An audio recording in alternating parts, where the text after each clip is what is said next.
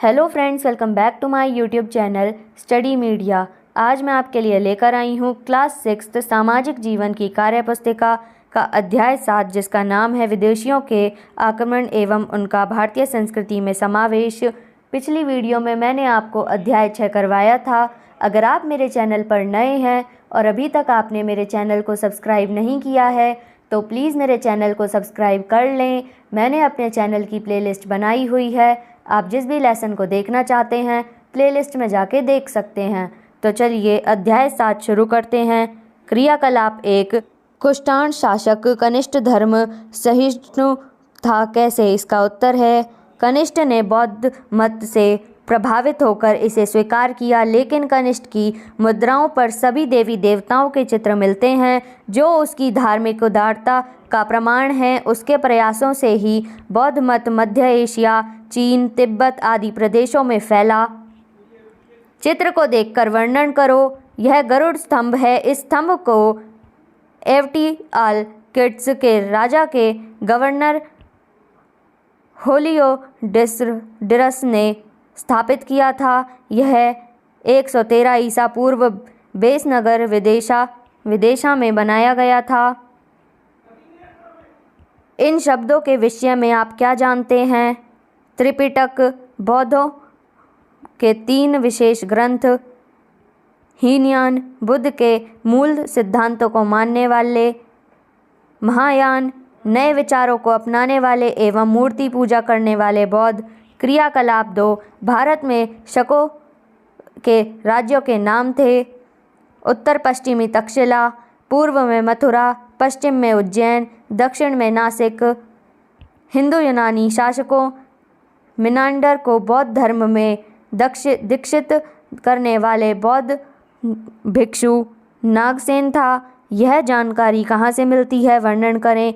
इसका उत्तर है मिलिंद पन्हो पुस्तक में मिनांडर की बुद्ध भिक्षु नागसेन के साथ वार्तालाप का वर्णन मिलता है, जिससे सिद्ध होता है कि नागसेन की अत्यधिक प्रभावित होकर उसने बौद्ध धर्म अपना लिया।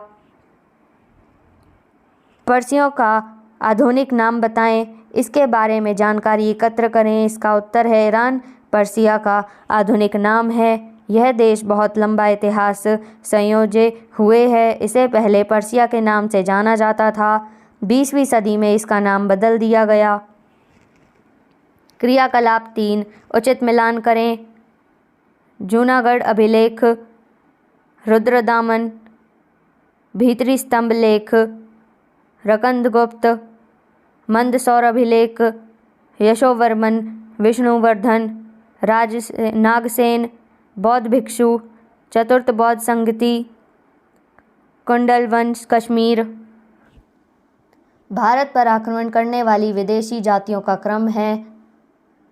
इसका उत्तर है DCBA, यानी कि इंडो ग्रीक, शक, कुषाण, हूण। चित्र में दिए गए सिक्के को देखकर आप क्या अनुमान लगा सकते हैं?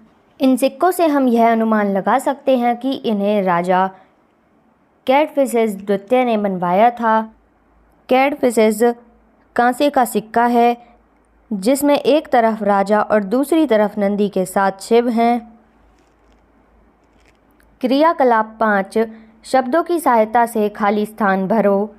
भारत पर पहला विदेशी आक्रमण करने वाले ईरानी थे। बुद्ध चरित्र सौदरानंद के लेखक अश्वघोष हैं।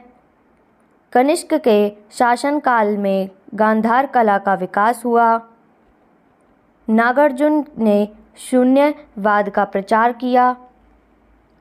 कुषाणों का संबंध युची जाति से है।